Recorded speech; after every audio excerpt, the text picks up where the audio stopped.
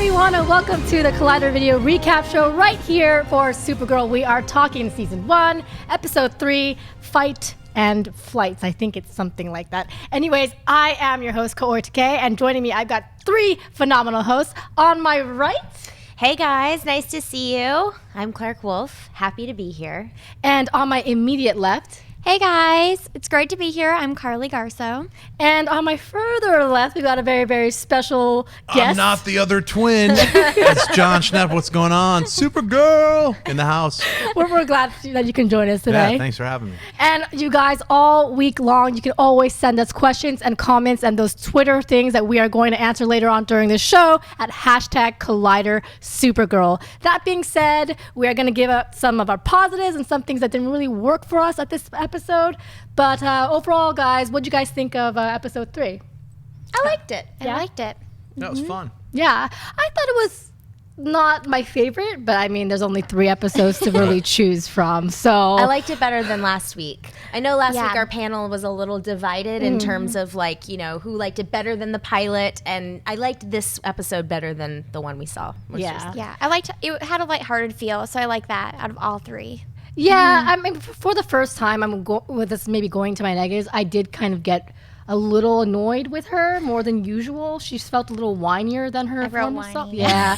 So, I mean, we'll get into that. But, all right, guys, I'm sure there's a lot of positives since we are Supergirl fans. Let's start with our guest today. Jon, what are some things that worked for you? Well, some of the things that worked for me, I mean, I was also, you know, I'm on the fence about this episode. I actually like the second episode. I like the first episode and the second episode, and this one not as much. It wasn't a horrible episode. But I think the positives were, you know, getting to know Jimmy Olsen a little bit better and seeing his relationship with Kara and his relationship with Clarke and how he kind of admitted, look, I use the secret phone thing as it's my crutch. It's not you. And I don't know. I don't think Kara was very whiny. I just think she's trying to find her place. Yeah, but I feel that she got a little too sensitive when he tried to save her, and she was just throwing a hissy fit about, oh, I could do it on my own, but she almost died. Well, I think it's because of Cat Grant. That's why she was like so defensive with everyone else, because of Cat Grant, like kind of like sticking her, you know. You know, and I kind of appreciate Cat Grant because Cat Graham is basically telling her the same thing that her sister is saying. You're kind of whiny. You're kind of trying to take over too much, but then it doesn't hit her. But then when Cat Graham says it, she says, "Ow, that kind of stung," you know. So I would feel like if it's in print, that's probably that probably makes you feel a little bit worse. She's very sensitive when it comes to Cat Graham. So, Carli, what did you think of? Well, I really liked the pacing of this episode, which is great for me because I hated it last week. So I really liked that, and then I liked how we saw more of Maxwell Lord. That was I really liked how we got to see him more because they just skipped over it in the last episode. Yeah, and I also like that they showed Maxwell Lord is not. You're still not sure if he's good or bad, but he's coming off as a creeper in a very good way. You know. Same with Hank though. They're both so up in the air. Yeah, Hank. Do you guys have any idea what Hank might be doing in this season? Well, you looked him up. His name is very familiar to this other character in the comic books. That's Cyborg. What was his name? I think you said Toyman. That's Winn. Okay. Winn, yeah. So we were talking earlier about where did Winn come from? Because yes, we know he works in the office, but why does he have access to all these computers? He's like, I just put together this crazy expensive computer and then he's like, room. and then I've just rewrote this algorithm to help. I was like, what? Who is this scientist guy? So I looked it up, and Winn is actually, a shorter version of saying that he could turn into the Toyman, which is somebody from the comic book universe. And I was just reading an article from Bustle saying that Toyman is confirmed to appear at some point. However, there's part of me that's kind of just like, really? Are they just gonna like name the character, and if you just Google it, like you'll know that he'll be a bad guy? Yeah. So like Berlanti and his team are known for kind of like shifting the mythology a little bit. So maybe he won't turn out to be Toyman. But in terms of Henshaw, I feel like they set up this big tease at the end of last week's episode where his eyes glow red. They did it again. And then they did it again, and then he's like, ooh, Alex. And then and then he's like, so no one else. Yeah, but guess what? I figured it out. He's Martian Manhunter. So that's what everybody's been saying. He's not either me alone, millions of other people too. Guys, come on, and gals, you all figured it out. So. Yeah, and but I wonder, is it going to be that convenient? Is it because the other one that was coming around was Cyborg Superman, but Martian Manhunter seems to be the favorite. But I don't know. Is it so, like we said, it's Googleable? Right. Well, last week didn't they ask well, where's your family? Yeah. He's like, my entire family's they're dead. Yeah. So that would kind of make sense. And he seems like he's acting a lot like how John Johns would act. So. We'll see. Yeah. But they didn't really deliver on anything with him this week. They basically did the exact same tease as they did last week, which is eyes red. And then it's like, but guess what? His eyes are going to glow for the rest of the season. That's so that's it. But he got a little creepy for a bit too, and then he just snapped out of it. It was weird. Yeah, maybe he just doesn't know what he's doing right now. Yeah. Hopefully we'll get some more reveals of that. Clarke, what are some of your positives in this episode? I really liked Alex, her sister, in this episode. I feel like with each episode that goes by, I like her more and more. And I don't know if it's a combination of really liking that character because, like you were saying, John, I really like that Kara is struggling to find her place. I think that's really relatable and identifiable. However, I think you could say the same thing about Alex, and yet Alex's experience is a little bit more grounded in reality. So I think it makes it a little less whiny, for lack of a better word, right? But also I really like the actress who plays Alex, and I think she delivers those lines really well, and that sisterly chemistry, I think she oftentimes is the one pulling that off. I think that all of them are really solid choices in terms of casting. I really like every single character. I really like James Olsen too. He's a really good actor. Mehcad Brooks, he's great. Yeah, he's great. And obviously Supergirl just steals the show. Melissa Benoist just really just takes it. So one of my positives is that this episode for me made me laugh the most out of all 3 episodes. Yeah. Just had a lot of cheesy things that I could really just enjoy. That being said, I really like that. And I don't know if this is a positive, but I will lean towards it. But Jenna Dewan Tatum at the end. Yeah, I love her. Yeah, I do. You're not a fan? No, it's not that I don't. It's not that I care about the actress. It's just like my heart totally sunk for Kara for when her, that I know. happened. But I we was like, knew no. that was gonna happen. Yeah. I didn't know. It's like, Lane, get back to Metropolis. Yeah, go back. Love triangles are a necessity, even though you Now there's 2. there's 2. So what is that? That's like 90210 is what that's like. That's why Mr. Algorithm turns into Toyman later, because he's like, Jimmy Olsen, he's got her heart, or some That's weird. right. And I also want to see the development of Kat and Maxwell and their relationship, because that Yeah. was really intriguing. It was interesting. Because he is someone to be reckoned with, and you got Kat, who has no shame in her game, talking to this guy. Well, and that was, I think, so we've been talking a lot over the last couple of episodes about how Kat, she, with Kara specifically, we've never seen her do anything or be anything less than really snippy and short. And I would argue that we got a little bit of a glimpse of her kind of getting a little nervous, if that's the right word, around Maxwell. Clearly, they have a relationship, and that line where she says, delivering on your promises, I think that's a pretty good indication that she had been jilted. Oh, she said, because I wrote this, big on promises, not much else. Right. And I was like, that's a woman line right there. Yeah, I'm starting to love her character. I did not really like her on the first episode, and now I think she's amazing. I love her one-liners, and she's so strong. She is. Yeah. She is. And she's also very, very smart, and that's why Kara really respects her as a human being and puts up with her shit, for lack of better words. Is there anything else that you guys wanted to say and mention that's really positive about this episode before we talk about things that weren't so I great? like that we saw Superman. Okay. Yeah, that's a thing that we'll probably talk about. Yeah. Yeah, and the ending with her talking to Clarke on the computer was really That a positive, was the best. a cool spin on the entire episode, and a way to look at oh, she's getting more respect just from her cousin. So Yeah. It was a really sweet moment. I liked that a lot. It was a good, and it was at first when the I am popped up, I was like, really, Superman is I-aming.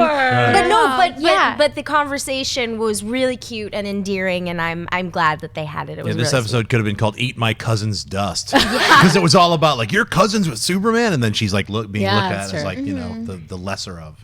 Yeah, there was a lot of Superman talk in this episode. There was. So maybe I actually, it was in my negatives initially in my list where I was saying enough about Superman. We get that it's her cousin, but enough. But then they kind of saved it at the end by kind of doing it because they're proving that she's coming into her own. All right, so some of the negatives. I'm going to go first with this one. The villain of the week sucked. I'm sorry, guys. You didn't like Reactron? I mean, sure, he's powerful, but it didn't make sense to me what was going on. It was odd. Yeah. Well, and the fact that he was a human, he didn't have any powers himself. It was just the suit he was wearing. Yeah, and He was basically Iron Man, except a dick. Yeah. And then And he was on Gary Busey. Campea called him Gary Busey, with a Brad Byrne. Yeah, it was kind of...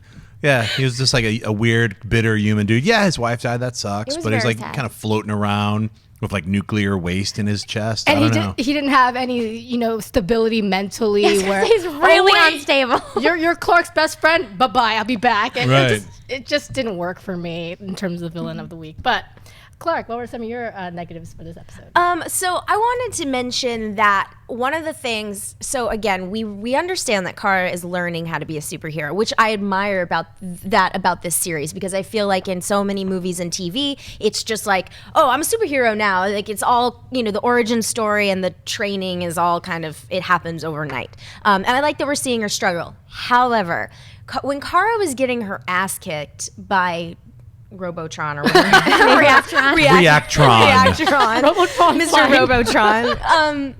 So when she was getting her ass kicked, I just kept thinking to myself, okay, I never in my life thought I would want to see a training montage in every single episode, but like I want them to show us that she's up in the morning fighting, trying to get stronger. Like, yes, it was forced on her by Alex last week, but we need to see more. I'm really tired of her being a weak fighter. Yeah, and the first fight that she had, the first sequence she had with Robotron, it was I like that better anyway. She was actually kind of kicking his ass, and I thought, okay, so we're missing out on the training. But then after that, every scene she was struggling with him. It just didn't fit. Plus, she didn't chase after him. He just flew away, and she looked at him. So first, after she beat his ass, he kind of flew away, and she watched it. She was like, she could have finished him. Finish him. Yeah. Yeah. It just didn't happen. So I could use a little bit more of that. Yeah.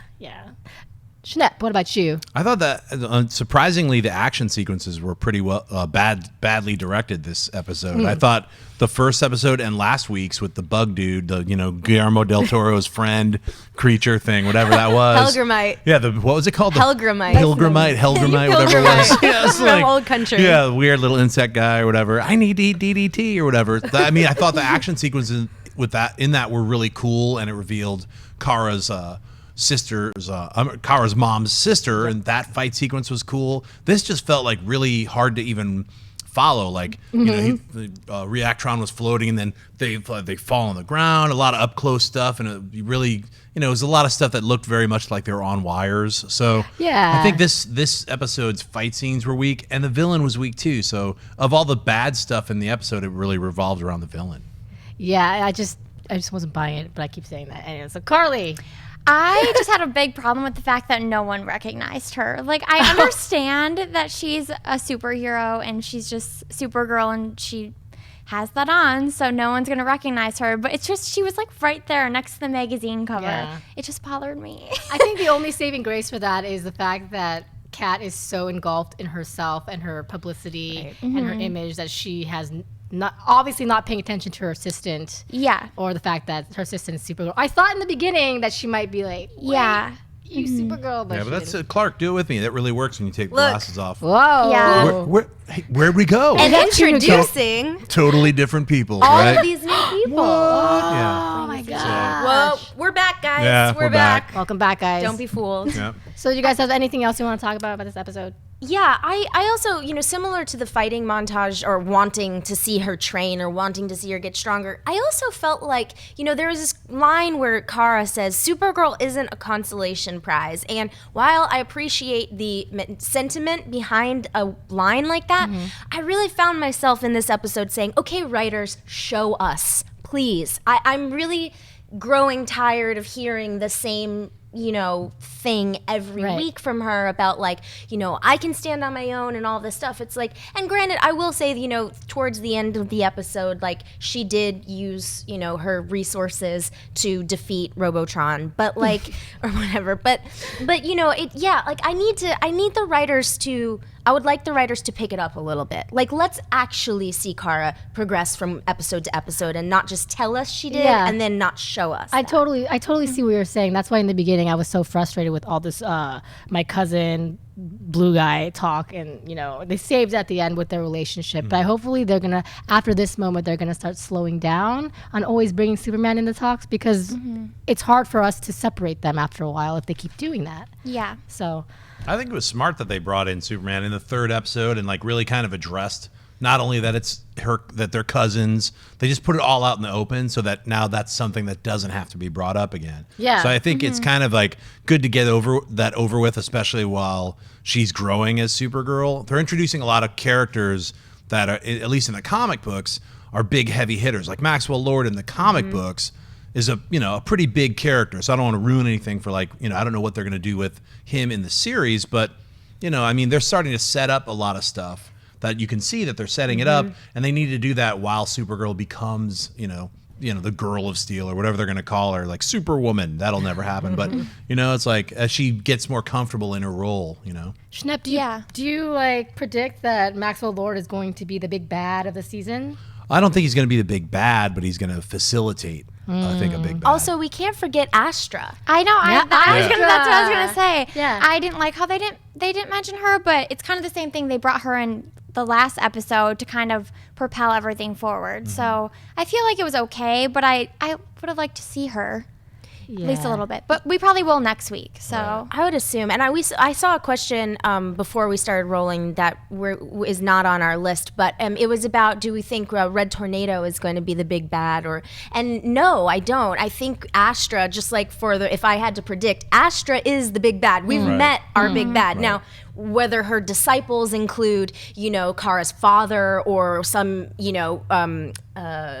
incarnation of Kara's father or whatever, or whoever, she pulls from her list of bad guys, that's a different story. But I think we can definitively say that Astra is the big bad.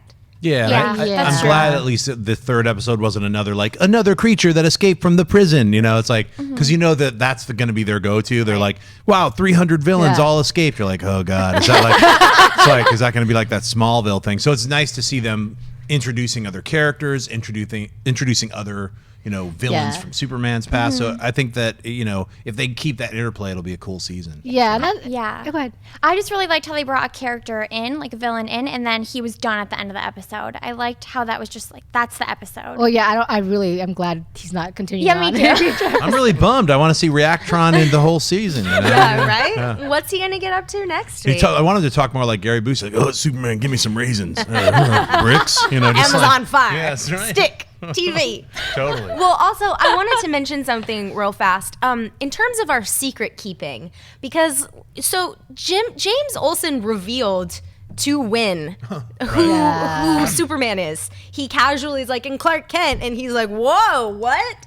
And so, part of me is wondering if that's going to sort of come back into play later or not. But even so, I just kind of was like, wow, he just dropped that. I know. That didn't seem like something that the James Olsen we've seen thus far would do, and so it's kind of odd to me. Because he likes her, so he can't. He was carried away. Yeah, you know how that works, I guess.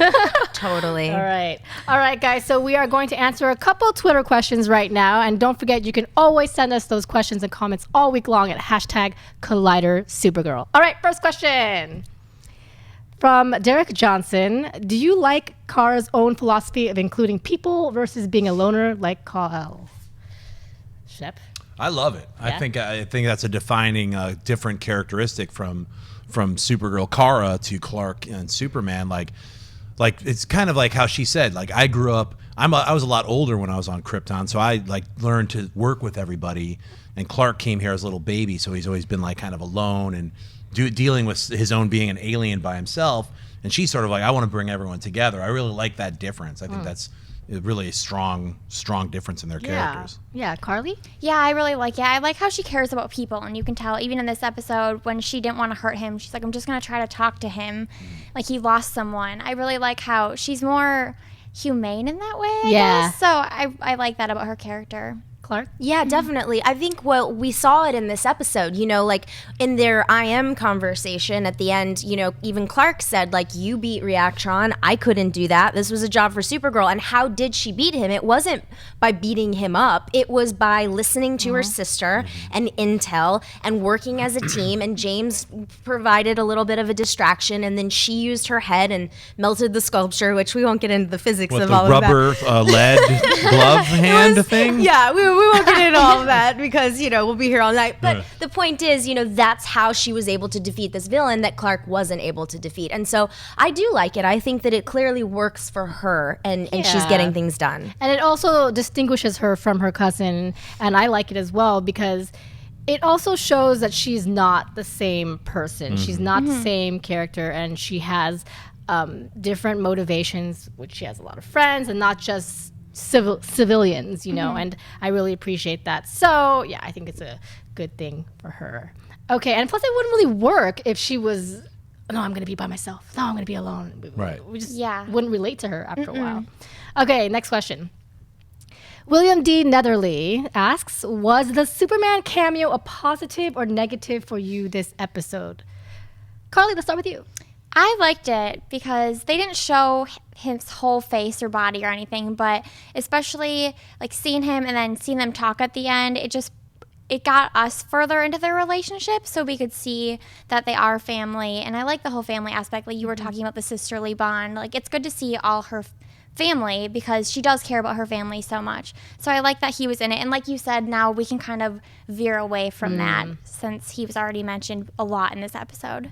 Clarke, I know you had stuff to talk about for this one. Well, basically, I just think it's really funny. Like, you know, people on the internet or online are like, you know, oh, we're going to see Superman tonight. When are we going to see Superman? And I'm like, guys, we're never going to see Superman. Like, we saw Superman's butt tonight, and that is probably the most we're ever going to see of him. I liked it. I mean, it's a very super butt, but, like, that's it.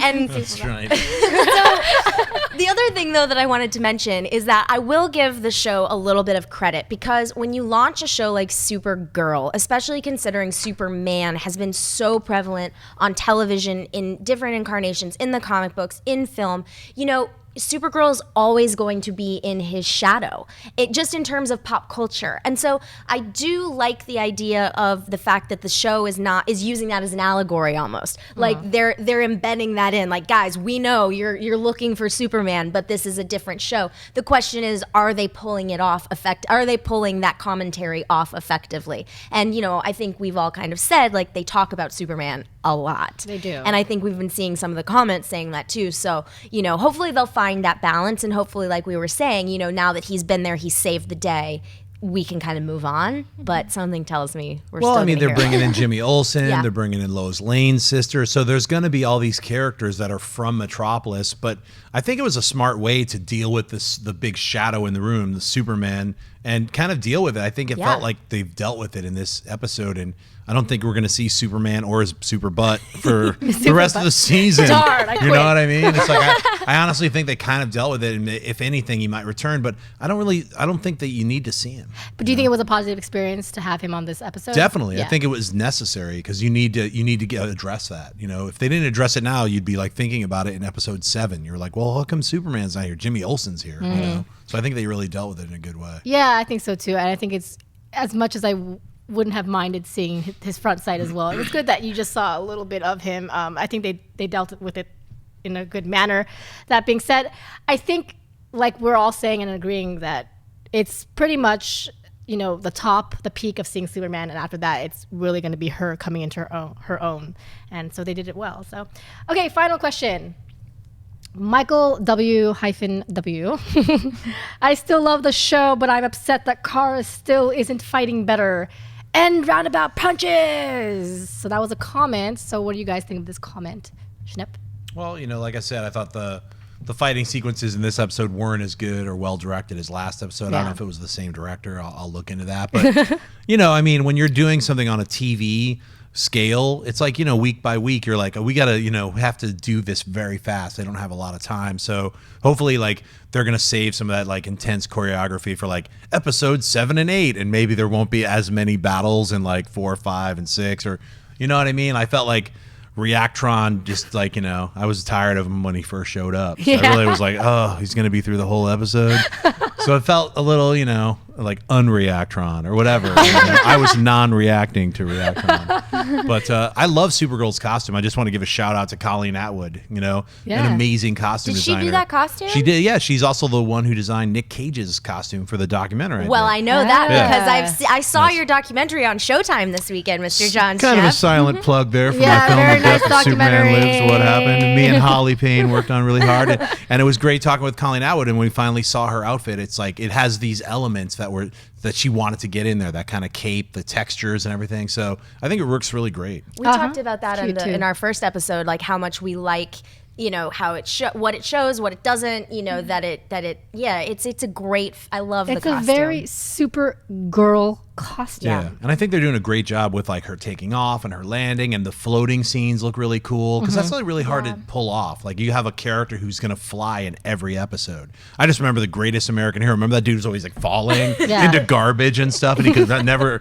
fly. Had a weird blonde afro. He's like alien powered or whatever. And that's not happening. She's like taking off, flying, doing a lot of cool stuff. I just think to up the game, like you said, they're showing her sister training her to fight. I think we're going to see that play out, eventually down the line. She's going to probably fight, what's her name? Astra. Yeah. So I think that's going to be the big showdown. So. Yeah. Oh, Carly. I wish it was more consistent because I feel like sometimes she's super overly confident in her fighting and then she's underconfident. Sure, that makes sense. Yeah. Yeah, so I think the training, like you said, if we see her training more, then the consistency will come and you won't like worry so much when she goes to fight. You'll be like, okay, she's got this. Yeah, that's a good point because I always do tend to worry when she's going into a fight scene. Yeah, it's like watching a figure skater that's like so you don't know if they're gonna land. I was or fall. I was actually quite worried about her when she was getting her ass kicked by Robotron, whatever, Reactron. I thought she was going to get really hurt, and I was thinking who's going to save her, and it ended up being her cousin. But, yeah. What do you think? You know how I feel about this. I need to see more training. But I did want to mention one more thing. Like as much as I was giving the writers a little bit of a hard time for some of the stuff they did this week, there were some really good one-liners this week. Yes. I loved when she was talking about the sticky buns and she's like, "I'm an alien." Right. I mean, Just throw it away. that was great. And there was some other good stuff. Oh, can I bring up one more thing though? Maxwell Lord totally gave Superman the credit for setting him That's a free. good point. Thanks for bringing that up. Was like ultimate snap. Yeah. That was some major BS, and That's what made me think he was a villain or like a dick. I mean, he's gonna cause some trouble without a doubt. But I just thought, wow, that was so. I did not see that coming, and I think that the reason that was written into the script is going to hopefully come to fruition. Like we will see why he did that. Yeah. I hope so. Anyway, I think my guess is to get under her skin. Do you guys have any guesses for this? Yeah. Definitely to start to to put a little pressure on Supergirl. Right. I think it's definitely there. I think he wants to upset her. Yeah, me too. Yeah. He just seemed a little like a villain. Yeah, in that sense. Yeah, and then he's probably gonna go through Kat to do some stuff. I feel like Kat's gonna kind of save the day in a strange, awkward. How do you say the main actress's name? Benoist? Benoist. Benoist. Yeah. I'm blown away at how great she is. She's she so good. She came out of nowhere, and she's She was such on a. Glee. Oh, I didn't watch Glee, so I was like, but to me, I was like, who is this person, and how they're just nailing this character so well. Perfect. So it's a perfect rendition of this character. and on that same note, look, I know we all know when you take your glasses off, it's clearly your disguise changes. But I did notice, like in that scene earlier in the show where she's sitting there at the cafe and she has her hair's back and she's eating the sticky bun or whatever. We had just seen a really like confident, even if it was faux confidence when she was talking to Kat, giving the interview. Like this really confident girl. And I've noticed in those two scenes juxtaposed against each other that there's a real difference. And I do think that while, yes, obviously it's the same person, she pulls off the duality, I think, as well as you possibly could in that situation. Sure. So I thought, and I think, you know, in a way that's attributed to the makeup and costume or whatever, but also, you know, the way she carries herself when she's Kara versus Supergirl. Yeah, and I just wanted to mention, because you guys reminded me that, so I watch Arrow and Flash as well, and the cinematography is a lot darker, but in this particular show, everything's so much bright, the colors are brighter, and I kind of, it's a breath of fresh air for a change to have. It just feels a lot more lighthearted. And, well, you know what this show reminds me of, like a '90s show. We were talking about It's that. and because it's like, it's not afraid to be fun, it's not afraid to be funny. It's got some corny villains like Reactron. But it's like, you can kind of like brush that away. I love Reactron. I don't know if you could tell. Just wanted to be in everything. I want Reactron cereal. With nuclear marshmallows. No, but I'm just saying, it's a really fun, it's a fun show. And when I saw the pilot, I remember I had a big, discussion with a lot of the other Collider people who didn't really like it. And I thought, this is fun because it's different, because they're not afraid to try to do something that's a little bit different. It's like, Batman v Superman is going to be dark as all hell. And then you have Arrow and he's training with ninjas and all this crazy madness. And here you have a person in primary colors flying around trying to do good. And it's a fun show. So I mean, that's what I actually really like about it. I don't mind that it's a little bit corny. I'm happy it is. Yeah, well, thanks for saying that, because I completely agree with you. I agree as well. Me too. Yes, we love this show. And thank you guys for stopping over right here at Collider Video. Before we sign off, I want to say thank you to our guests. And where can people follow you and watch your movie? Oh, you can follow me on Instagram and Twitter, just at Jon Schnepp and at TDOSLWH. You can find my movie, The Death of Superman Lives, What Happened, on Showtime right now, as well as the website www.tdoslwh.com. It's a mouthful. Get the digital download or a Blu-ray. Support independent film. It's been a blast being here talking about Supergirl. Come back anytime. Right on. Yeah, and Carli. You guys can find me on Twitter and Instagram at Carli_Garsow. And I am on Instagram, Twitter, and Periscope at Clarke Wolfe, Clarke with an E, Wolf with an E, and on youtube.com/official Clarke Wolfe. And you can find me anywhere, everywhere, YouTube, Twitch, Twitter, Instagram, at right down there, Kaorius. And you can also follow the whole entire team at Collider Video. Don't forget to like, subscribe, and comment this video right here. Thank you guys so much again for tuning in. We'll talk to you next week for some more Collider talk.